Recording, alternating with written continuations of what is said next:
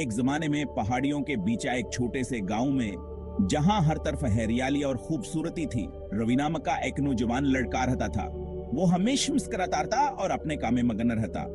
रविया अपने रहमतला और अपनी बेलचिका ईमानदारी के लिए जाना जाता था। वो हमेशा सच बोलता और कभी झूठ नहीं बोलता था। जब कभी ऐसे लालच का सामना करना पड़ता, रवि हमेशा सच बोलने का इंतखाब करता। इसने कभी गलत रास्ता अख्तियार नहीं किया। उसके वालिदीन गरीब जरूर थे, लेकिन अपने बेटे के दिया नतदारी पर फख्र करते थे। वो हमेशा उसकी तारीफ करते और अस्किया ईमानदारी की मिसाल देते। रविया कसर अपनीमा के साथ गांव की मंडी में रंग बिरंगे कपड़े बेचने में मदद करता। वह अपनीमा का सबसे बड़ा सहारा था। वो खुशदिली से कीमतें बताता और एक रोशन मुस्कुराहट के साथ ग्राहकों से पेश आता। इसकी मुस्कुराहट हर किसी के दिल को छू लेती थी। इसकी ईमानदारी इसके हर अमल में अय्या थी और लोग सकिया इंसाफ पसंदी पर भरोसा करते थे। गांव वाले इसकी बेहतर करते थे। एक धूप वाली दोपहर जबरोवी चमकदार रेशम के कपड़ों को तरतीब दे रहा था। इसने देखा कहा एक अमीर आदमियान के स्टॉल की तरफ आ रहा है। एक अमीर आदमियान के स्टॉल पर आया। इसने सोने के जीवरा तवर अमदा कपड़े पहने हुए थे और स्कारविया बहुत मगरूर था।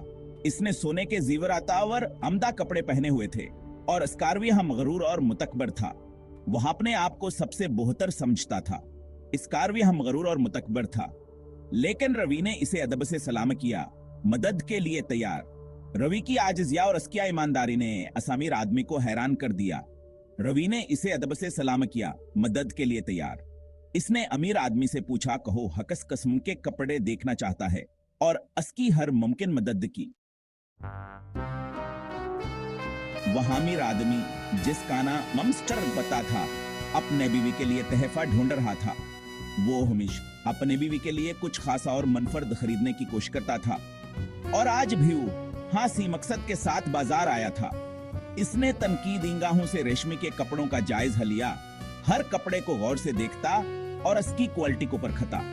वो चाहता था कि जो भेकड़ा वो खरीदे वह बेहतरीन हो।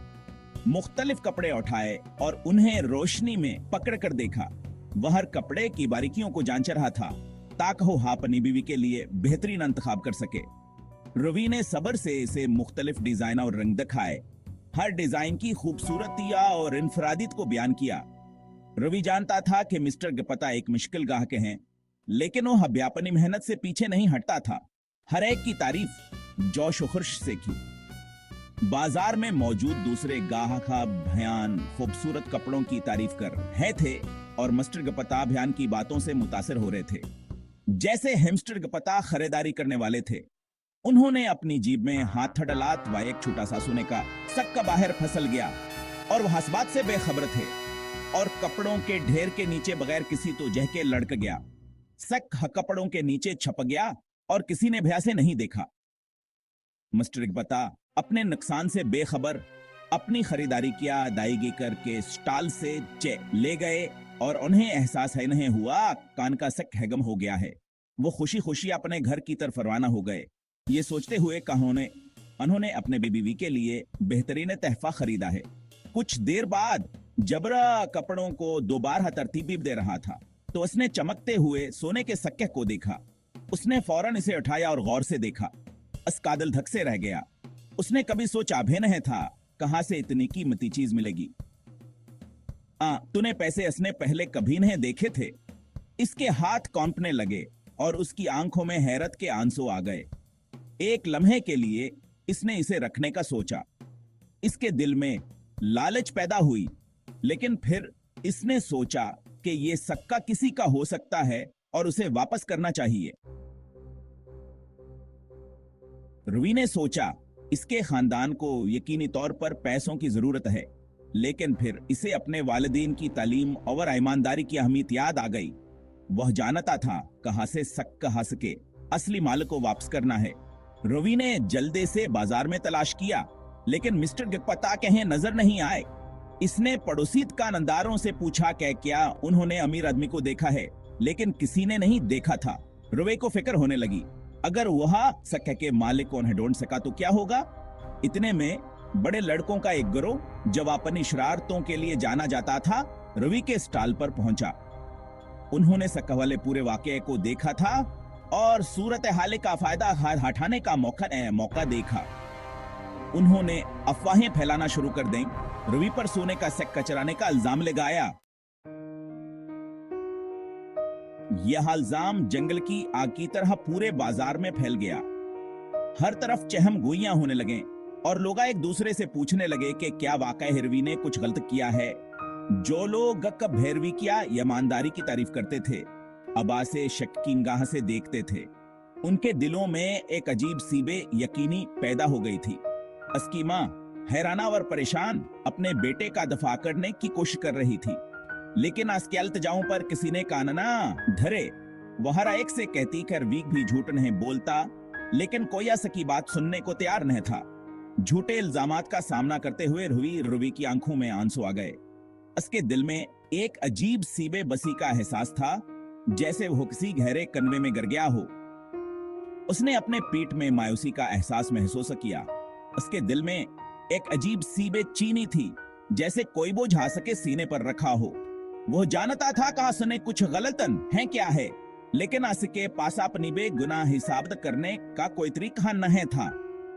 उसके दिल में एक अजीब सी बेबसी थी, जैसे वो किसी गहरे कन्वे में गिर गया हो। खौफावर जल्त के बावजूद रवि ने झूठ बोलने से इनकार कर दिया।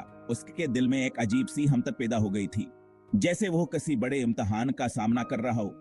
वो सीधा खड़ा हुआ, उसकी आवाज थोड़ी सी कान पर है थी और ऐलान किया, मुझे यह सिक्का हमला है, ये मेरा नहीं है, मैं इसके मालिक को ढूंढ रहा था। इसके अल्फाज में एक अजीब सी सच्चाई थी, जैसे वो अपने दिल की गहराइयों से बोल रहा हो। हंसा 5 समझदार दुकानदार। जैसे ही हंगामा बढ़ता गया, एक समझदार बोरा दुकानदार, जिसने अपने करीबी स्टॉल से पूरे मंजर को देखा था, आगे बढ़ा। गांव में हर कोई इसकी इंसाफ पसंदी और दानाई की वजह से इसका एहतराम करता था। बूढ़े दुकानदार ने अपना हाथ उठाया, इल्जाम लगाने वाली आवाजों को खामोश करवा दिया। खामोश, इसने धाड़ते हुए कहा। इसकी आवाज में एहतराम था। मैंने अपने आंखों से सारा वाकया देखा है। इस लड़के को सक्का मिला, लेकिन इसने इसे छुपाने की कभी कोशिश नहीं की। वो मालिक को ढूंढ रहा था। भेड़ ने अपनी तवज्जो दुकानदार की तरफ मबजूल की। उनके चेहरों पर तसव्वुस के आसार थे। रवि के दिल में उम्मीद की एक करन चमक उठी। क्या दुकानदार के अल्फाज इसका नाम साफ कर सकते हैं? हस्सा 6 ईमानदारी का सलाह।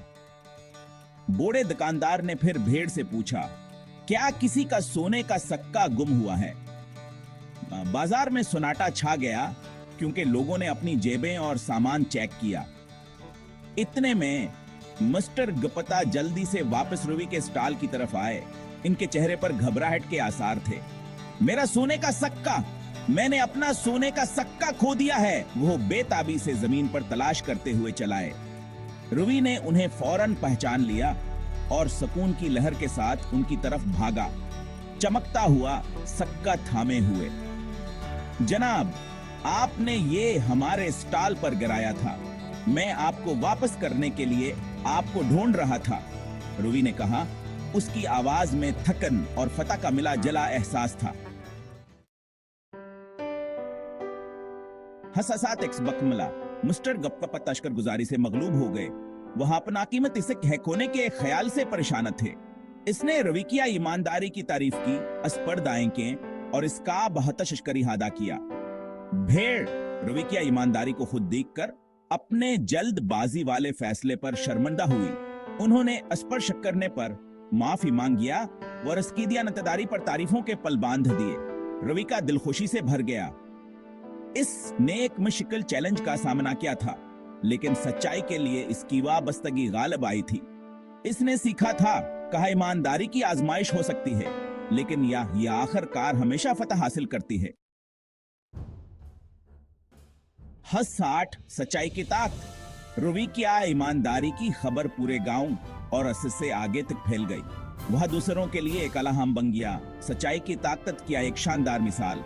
लोगों ने महसूस किया खा ईमानदारी मुश्किलात का सामना करने पर भी एक ऐसी खूबी है जिसे पसंद किया जाना चाहिए और उसके तारीफ की जानी चाहिए। उस दिन से रवि का कारोबार परवान चढ़ा। लोग उसके स्टॉल पर टूट पड़े, न सिर्फ खूबसूरत कपड़ों की वजह से बल्कि काउंटर के पीछे ईमानदार और काबिला एतमाद नौजवान की वजह से भी। रवि की जिंदगियां स्प्रानिक हावत का सबूत थी ईमानदारी, बेहतरीन हुकमत अमली।